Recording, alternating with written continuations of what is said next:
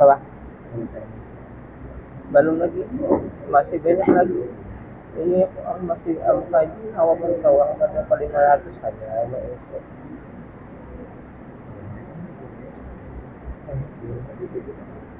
Salah.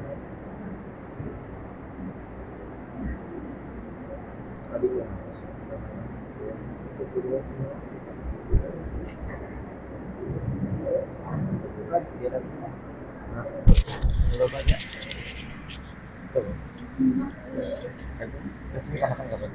Iya, saya tanya. Anak kamu tuh ada apa ya? Aku sengit ada di mana?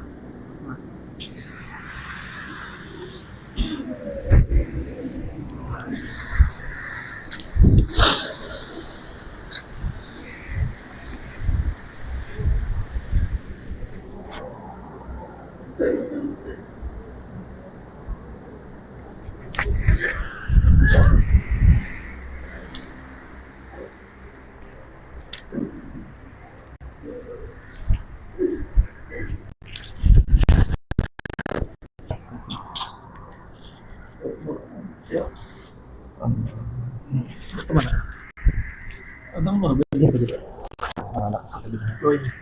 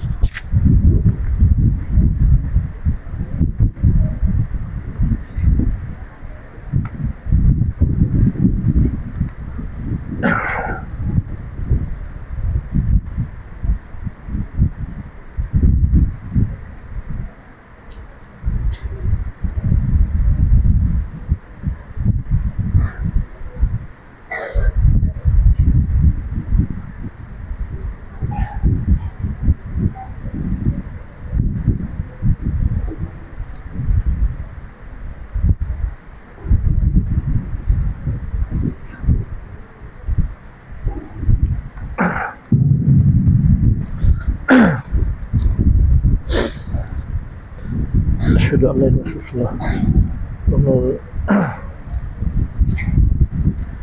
Assalamualaikum warahmatullahi ta'ala wabarakatuh.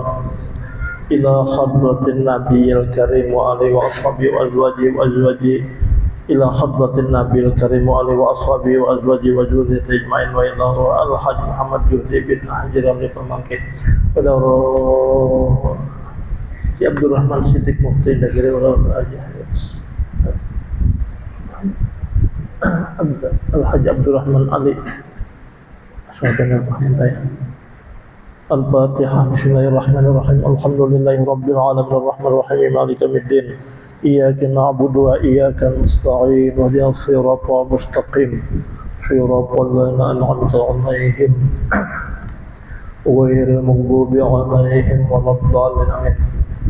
Ini kita halaman 5 nang ulang nang tangga pelajaran ibadah. Halaman 5. Sembahyang. Salat.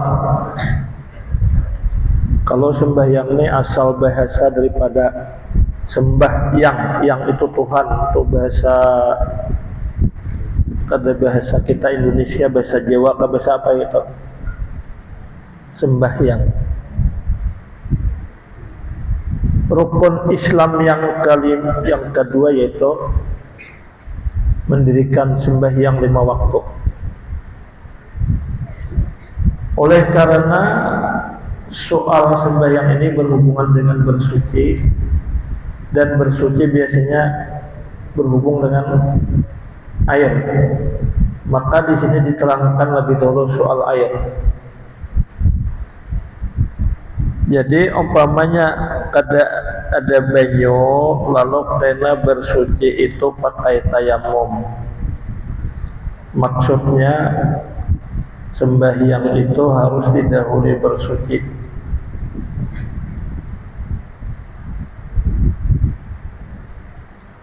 Namun nang suci nang nampak dahulu bersih daripada kotoran, apapun nang kotor, nak sembahyang neh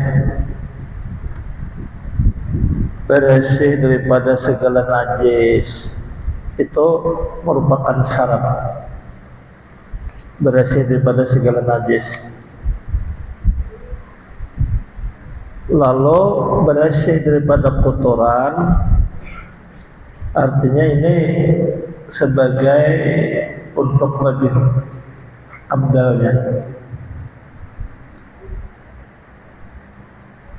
Namun makna najis itu sesuatu nang kotor, nang menghalangi sah sembahyang, itu definisi najis, takrif najis.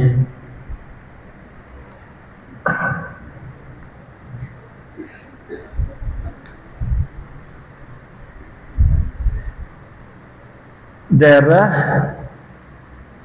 itu kotoran yang menghalangi sah sembahyang. Kalau misalnya darah iwak ada di baju, ada di awak, maka itu kotoran yang disambat najis. Namun ada darah ini yang dijadikan, dihukumkan kada najis. Air mani itu berasal dari darah,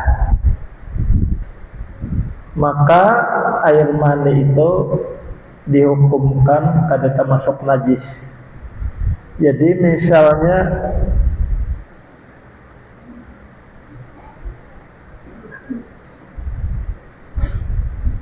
nang bini itu umpama ni takkanlah kada ada, tapi untuk lapisan sembahyang dipakai. Ya ampun, nang laki belum mandi wajib, ternyata tapi itu masih ada najis.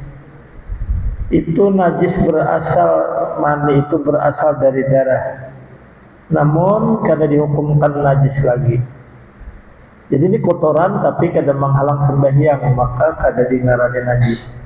Sembahyang nang bini itu disah, walaupun tak pakai tapi laki nang bakas mani nang laki atau bakas mani nang bini dah. Terus lagi nang berasal dari darah tapi hukumnya suci adalah susu. Jadi kalau susu sapi itu asalnya darah. Ayat Quran itu menjelaskan min baini farthin wa damin labanan sa'igan lisyaribin. Terjadinya susu itu antara kotoran dan darah. Jadilah susu nang nyaman bagi nang meminum tu jadi kita saigat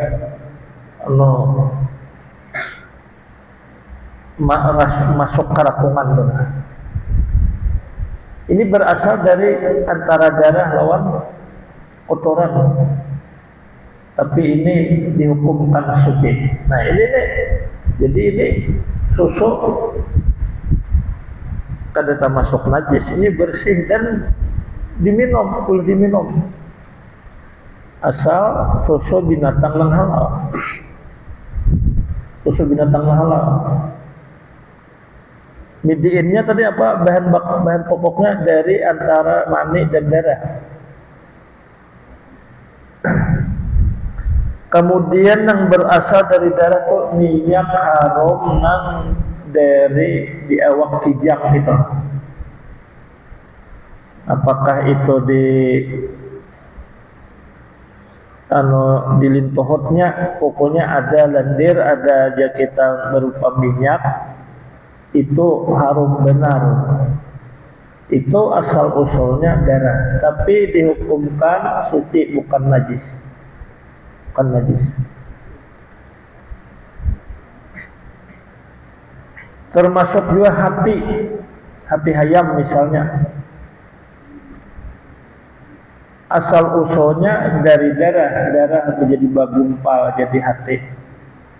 Makanya hati itu kalau ditumbuk, dihancur, maka kembali habak kayak darah, karena berasal dari darah. Jadi hati itu, hati ayam tuh, itu kada dihukumkan najis lagi, lawan itu penyamannya dimakan kok. Walahkan hati kambing, hati haruan.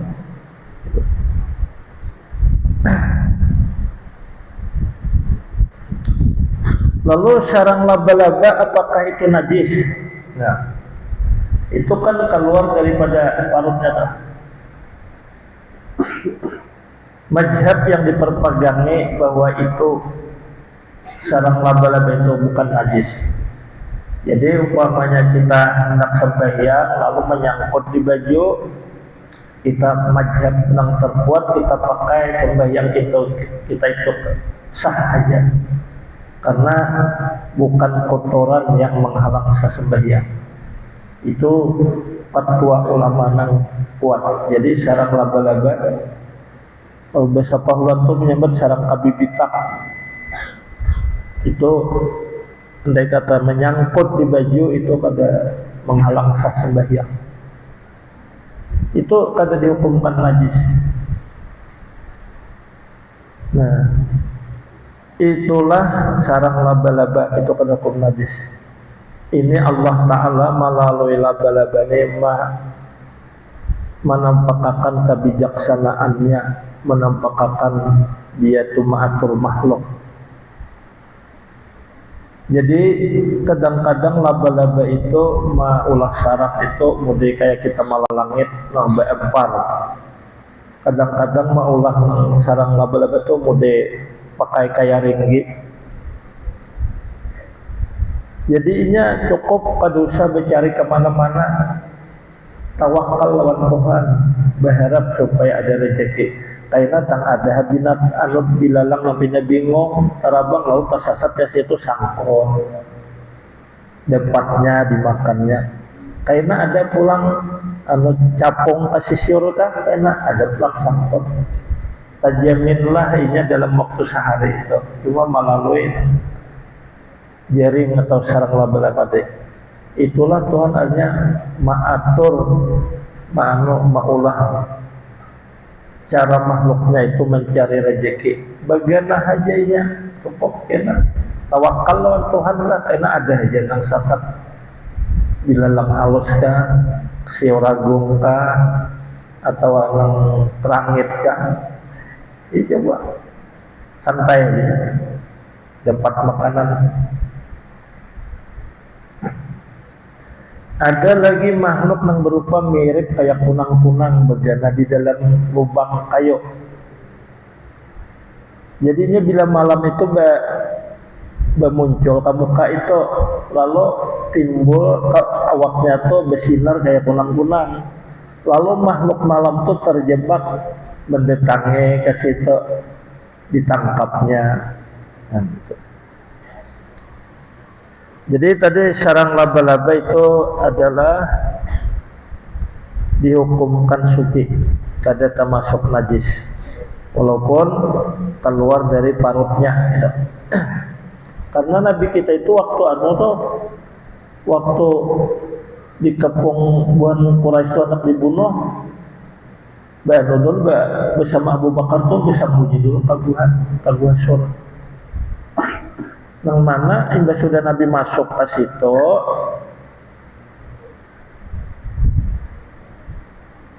itu diencap laba-laba itu maulah sarang. Nah, beencap satu mat tuntong. Nah, jadi begitu subuh mencari ilon Nabi kita. Ini ada jejaknya, ada talapak 7 ke situ. 7 kagu hasor. Iringnya. Lalu sampai ke gua situ, di parak gua itu burung bersarang. Ada behintalo. Nah ya, jadi ujar Quraisy, kalau Muhammad kesini, kenapa burung ini sawat behintalo kada buka?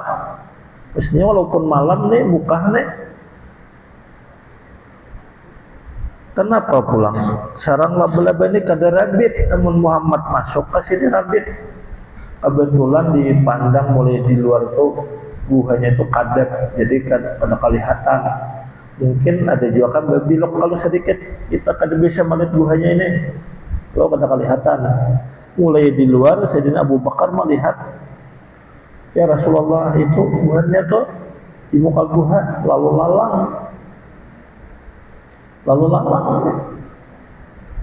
Jadi ujar Nabi kita, la tahzan innallaha ma'ana. Jangan khawatir Abu Bakar, kita ditolong oleh Tuhan. Caranya Tuhan menolong tadi apa? Sarang laba-laba tadi bersarang situ. Lalu manjingok ke dalam, ada kelihatan kadet dalam gua. Lalu terjebak. Artinya ini kada mungkin Muhammad masuk ke sini sebab sarang ini kada hancur. Lawan ada burung bersarang di sini kada buka. Lalu lalap itu nang parak ke situ, bekas-bekas telapak Nabi itu terkikis oleh lalap. Mungkinlah sampai Muhammad ke muka gua ini bekasnya ada lagi. Makanya oleh pengarang Burdah disebut wiqayatullahi aqnat an mudha'afatin minad dulu'i wa an alin minal utumi.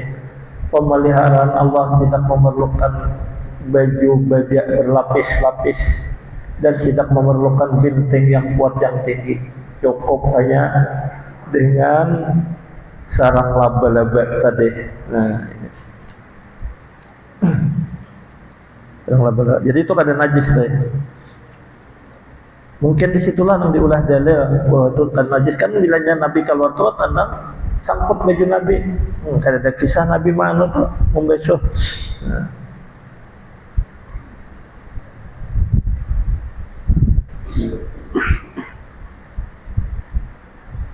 Jadi sembahyang tadi suci daripada nang rigat-rigat, suci daripada najis. Lawan suci nang kada kawat dilihat itu suci daripada hadas. Makna hadas itu masalah atau sesuatu nang menjadikan boleh sembahyang, boleh membaca Quran. Nah, jadi arti hadas itu sesuatu nang menghalang, nang menyebabkan kita kada boleh sembahyang, kada boleh membaca Quran. Itu hadas besar. Jalur makna daripada hadas kecil, sesuatu nang hadas itu sesuatu nang ulah kita itu kada boleh sembahyang. Nah, itu hadas kecil. Kalau hadas besar, sesuatu nang menghalang kita sesuatu yang kada membolehkan kita sembahyang dan sesuatu yang kada membolehkan kita membaca Quran. Itu hadas besar. Itu arti hadas. Itu hadas. Jadi bersuci daripada hadas. Lalu hadas kecil itu kita rangkatkan, kita hilangkan dengan cara berwudu. Dengan sebab berwudu sah, lalu sembahyang itu boleh.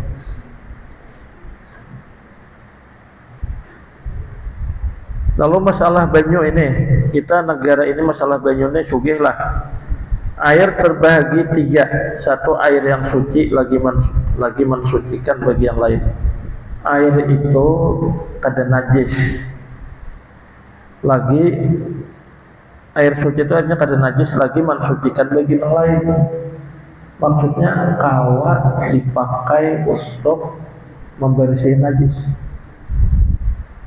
Contoh air nang suci cuma kada mensucikan, kada kawa dipakai membasuh najis. Misalnya itu banyu teh. Nah itu suci, maksud suci itu kan kada najis. Bila kada najis itu boleh diminum. Tapi kada kawa dipakai untuk membasuh najis, kada dihukumkan sah.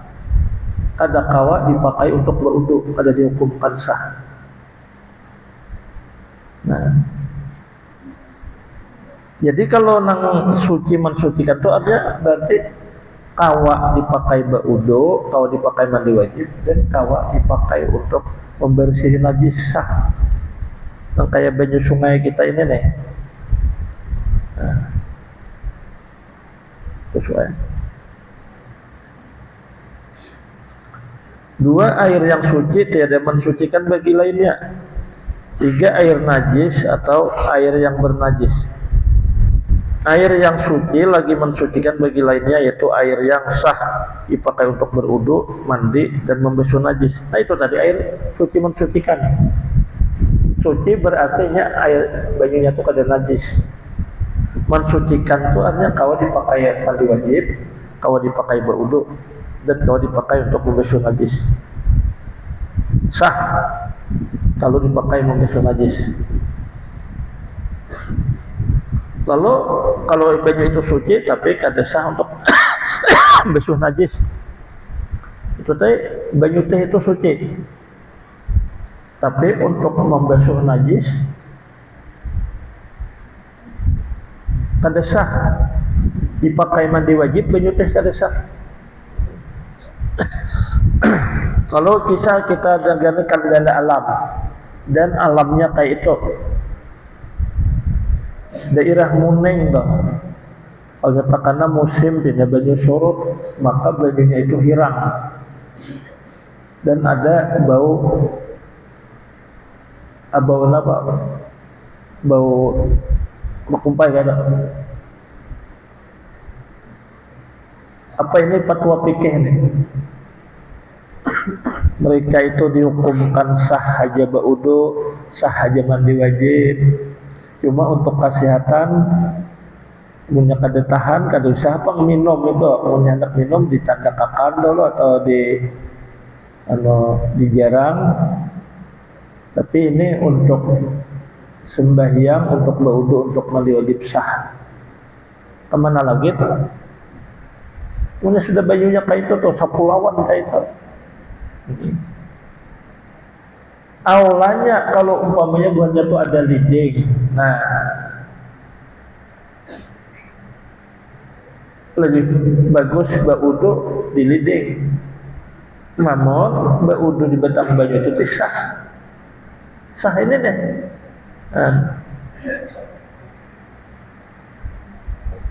Lalu kalau umpamanya banyu liding itu berasa benar kapurit pulang.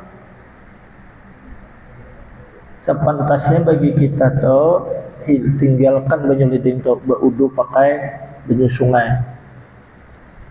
Namun hendaknya berwudu pakai banyu liding itu tadi, tapi bau kapurit, bau benar,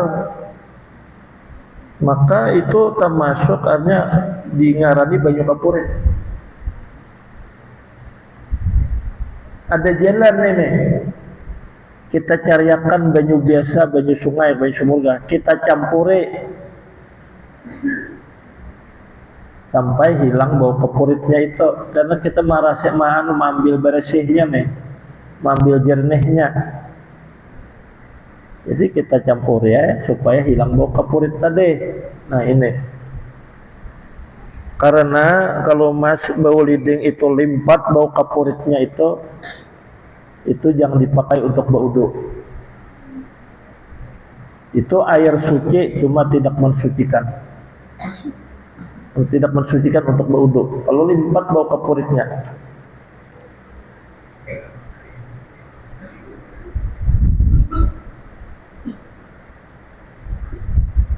Ini kalau limpat bau kepuritnya lah.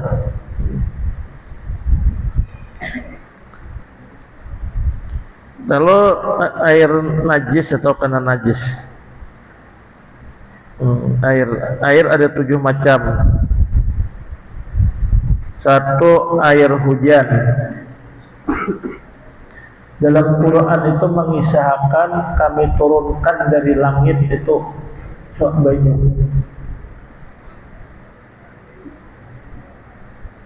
Lalu asal usulnya dahulu ini.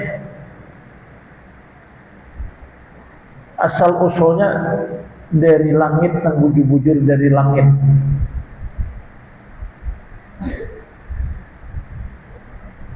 Kemudian, nah ini ada yang berpendapat artinya memang dari langit air hujan itu.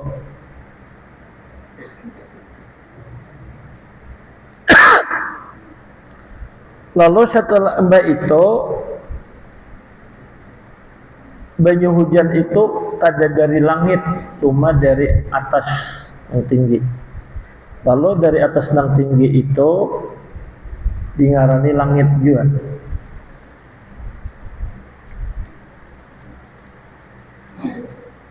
Lalu banyu hujan yang ada ini asalnya dari bawah, dari lautan atau dari sungai. Asal usulnya ini yang pendapat di atas tadi kan asal sama sekali dari langit yang asli. Lalu ini menurut ilmu yang kita ini nah, ini asal usulnya banyu hujan itu dari laut atau dari sungai kita.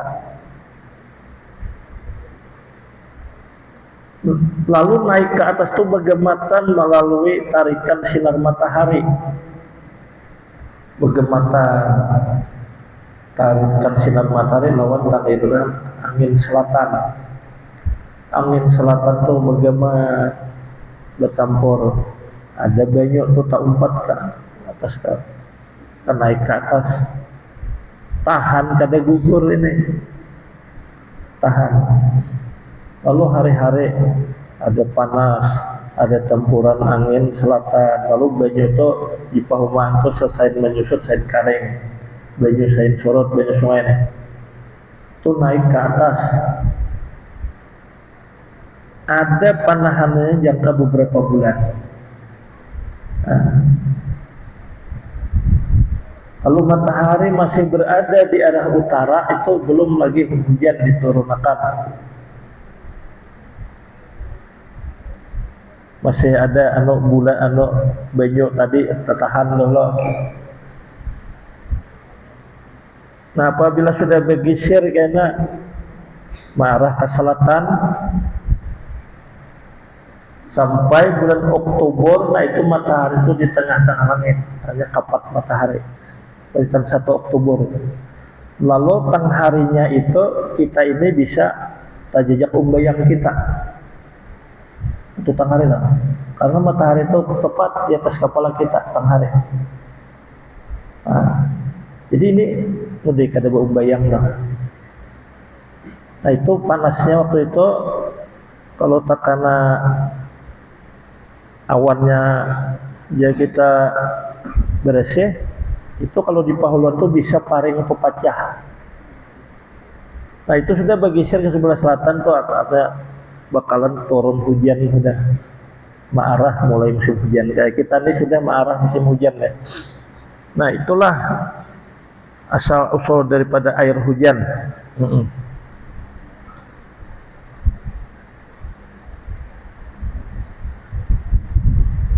Air laut itu masin, air laut itu terjadinya masin itu apa tuh? Itu zaman Nabi Ibrahim dulu kita kisahkan, asal hambar. Manakala anak Nabi Adam membunuh Habil, lautan jadi masin. Nah, lalu nang menyebabkan sana butiran-butiran atau batuan-batuan deretan ini masuk ke laut menjadi akan masin. Tapi gara-gara masin itu asal anak Nabi Adam itu bebunuhan. Lalu karena imbasnya lautan, asal lautan aja, hambar aja. Waktu itulah laut jadi masin. Dan ini sah untuk berwudu. Sah untuk berwudu. Tapi ada larangan. Amun kada hajat aja ke laut hendak bekamih jangan. Nah, apa itu alasannya Pak? Kemungkinan di lautan ini kita tempat istana-istana bubuhan jin. Nah, itu kalau tidak karena diganggu bubuhannya. Jadi lautan itu masin, asa hambar. Demikian daerah dahulu merasap ke dalam tanah. Manakala anak Nabi Adam bebunuhan, lalu darah mengantal di atas tanah ada merasap. Jadi kalau si bekas luka atau bekas menyembelih kambing mengantal di atas tanah, darah itu akan mau merasap lagi. Beimbai lawan lautan menjadi masin. Nah, air laut ini sah untuk berwudu,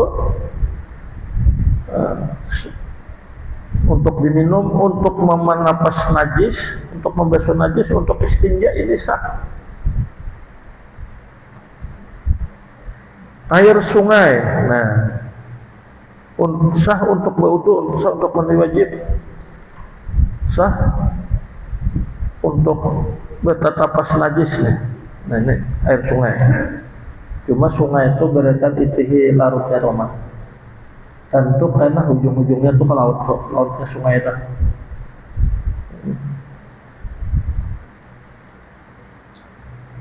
Lalu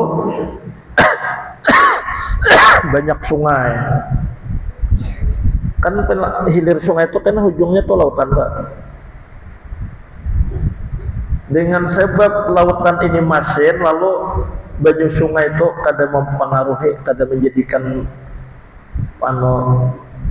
artinya nang penyakit-penyakit atau nang bakteri-bakteri di sungai itu mati ke laut itu. Jadi kadang mengganggu lawan makhluk laut di laut, makhluk hidup di laut. Sebab dapatnya banyu masin itu ya kita nang bakteri-bakteri atau kuman-kuman atau nang penyakit-penyakit di sungai itu kan beratan larutnya ke laut tuh. Nah, bahkan ilung pun hancur sudah ke laut itu. Jadi ini lalu ini ya kita apa minimalisir, jadi makhluk-makhluk lautan tuh dengan masinnya tadi kada banyu sungai itu kada mempengaruhi, lalu kada mengganggu lawan makhluk hidup di lautnya.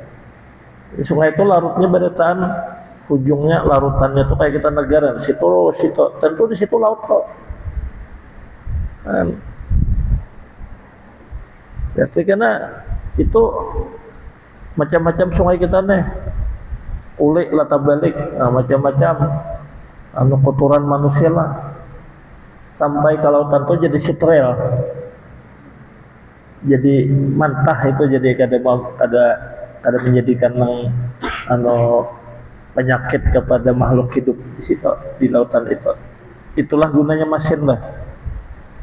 Itu air sungai boleh dipakai untuk berwudu, untuk mandi wajib, untuk basuh najis. Cuma sayangnya sungai ini baru kita dikotori oleh, kada diharagu oleh kita. Kayak sungai di Kampung Ulun tuh, rigat kada diharagu. Apalagi sungainya alang-alang luas, lo bawisi di situ juga kada hajat di Batang Banyu itu juga jadi rigat itu kada digaduh jaka beretaan bawisi di rumah banu nih bisa baulah ini kada hajat ke sungai alang-alang luas caranya luasnya nang kayak sungai Berito tak sedikit air sumur. Nah ini air sumur ini malah jernih pada kita air sungai.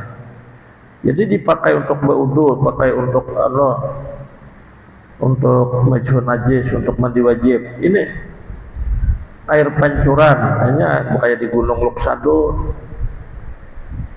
Gunung Luksado tuh, kalau kita ke Haratainya itu ada air terjunnya. Lagi dahulu kau supaya ke Gunung Haratai itu tohok bejalan. Jadi air mancurnya tuh mulai di atas gunung tuh, tirik ke bawah tuh. Tinggi, jadi di bawah ini embonnya menghantam beto anunya tuh. Nah itu adalah air sungai, air pancur itu sah untuk berwudu, sah untuk berbasuh najis, sah untuk mandi wajib.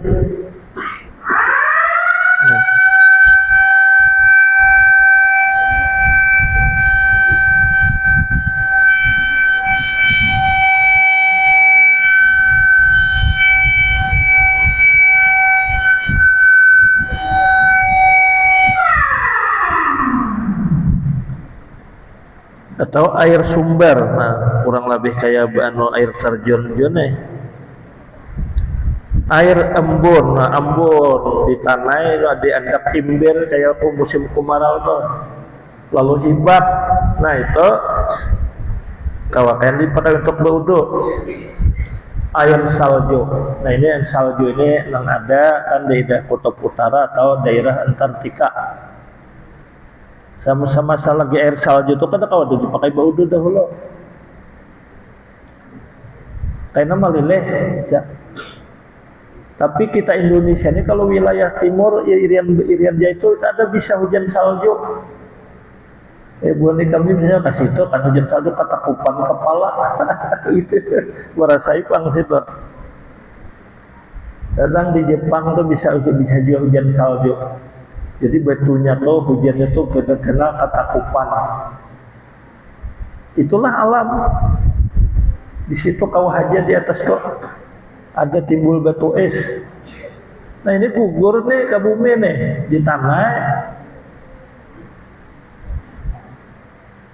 Loloh kena pakai untuk basuh najis, pakai untuk berwudu, pakai untuk mandi wajib air salju. Kita negara ini kan tahu basuh saljuan es di dalam kulkas saja. Ada lain kisah itu air salju hanya memang es alami di Antartika atau kadang-kadang daerah kita Indonesia ini ada hujannya, hujan es itu maupun katakupan dihetap. Nah, terutama Jepang itu bisa hujan salju. Kita kadang itu kita hujan langka itu mau ke katakupan kepala. Itu sah untuk dipakai. Jadi kayak daerah Antartika itu kan salju tuh.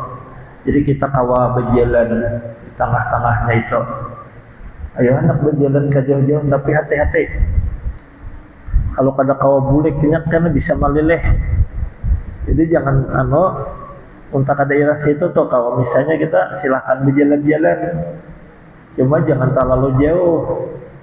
Sebab itu banyu kalau kita jalan nih es. Tapi kita hati-hati kalau kita kata kau berpaling yang kena timbul matahari apakah bisa luluh? Apa ada bayu napas bulik bisa bermatian. Di daerah situ dijadikan Tuhan binatang-binatang itu yang berkulit kandel kayak lembu kasturi, sapi yang bulunya tabel di ruang kutub. Wah itu spesial untuk melawani alam yang sangat dingin. Dijadikan Tuhan yang kayak itu. Termasuk burung penguin, nah itu tahan dingin di daerah situ dah. Gimana kita bahas ini saljunya itu kan kalau kita malileh boleh kita pakai mandi wajib, boleh kita pakai berwudu, boleh untuk membasuh najis. Wallahu alam. Ya Allah biha ya Allah biha ya Allah bi husnil khatimah. Ya Allah biha ya Allah biha ya Allah bi husnil khatimah. Ya Allah biha ya Allah biha ya Allah bi husnil khatimah. La ilaha illallah Muhammadur Rasulullah. Nah, kada kita baca pulang kita ini nah. Asik itu tadi. Ada Isya ada. Wassalamualaikum warahmatullahi wabarakatuh.